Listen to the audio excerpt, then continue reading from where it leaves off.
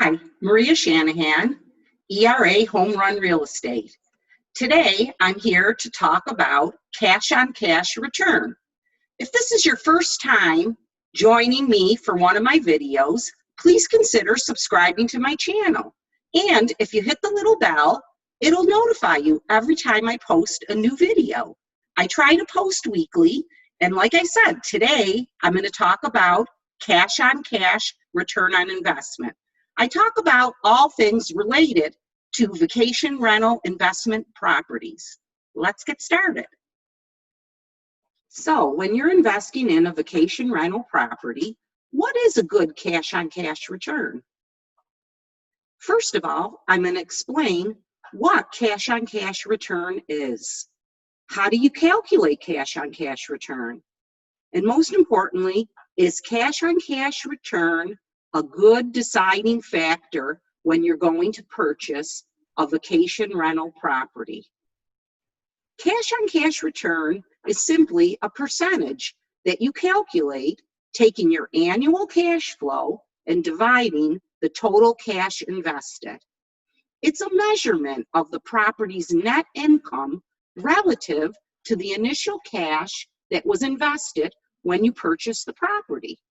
It tells you how much of your cash invested out of your pocket are you actually earning back each year. Now, the formula itself is simply annual cash flow divided by cash invested. The annual cash flow is derived by taking the income and subtracting the expenses. And then you take your actual cash invested, which is your down payment if you had a mortgage, plus your fees. So let's do a simple example to explain and illustrate cash-on-cash return. If we have a purchase price of $300,000, we're going to take out a mortgage with 20% down. So the mortgage would be $240,000, and our actual cash down payment is $60,000. We're going to have closing costs of approximately $7,000. Now, this property rents for $2,750 a month. So we know we're going to be getting $2,750 per month, which annually comes out to be $33,000 in income.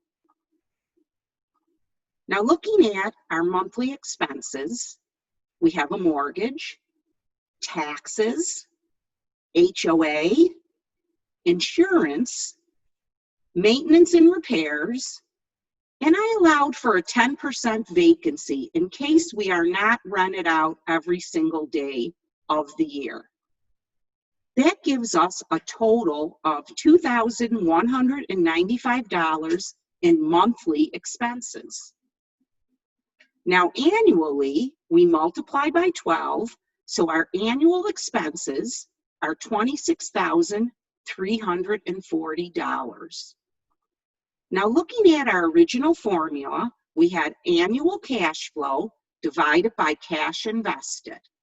And in our example, we came up with an income of $33,000 minus our expenses, which were $26,340, which gives us an annual cash flow of $6,660. We put $60,000 down with $7,000 in closing costs, which gave us a $67,000 out-of-pocket investment. Now, going back to the formula, we take that $66,660 and divide it by the $67,000. And our cash-on-cash return in this example is 9.9%. Now, when you think about cash-on-cash return, it is like cap rate, where it is not the only factor you should utilize to make your decision. You should also look at things like the inventory in the area, things like the type of property, tax advantages, the purchase price, a between 8 and 12% may be considered a good investment, but you have to take all the factors into consideration. I hope you enjoyed the video, and please consider subscribing to my channel. I try to talk about all things related to vacation rental properties here in South Florida. Have a great day and happy investing.